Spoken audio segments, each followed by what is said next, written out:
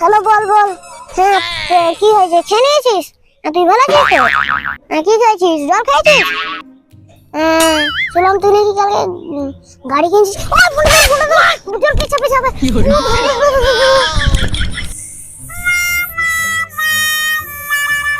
দে, এবার দে।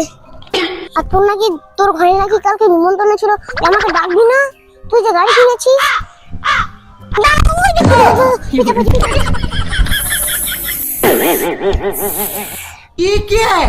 এবার আবার একটু দে।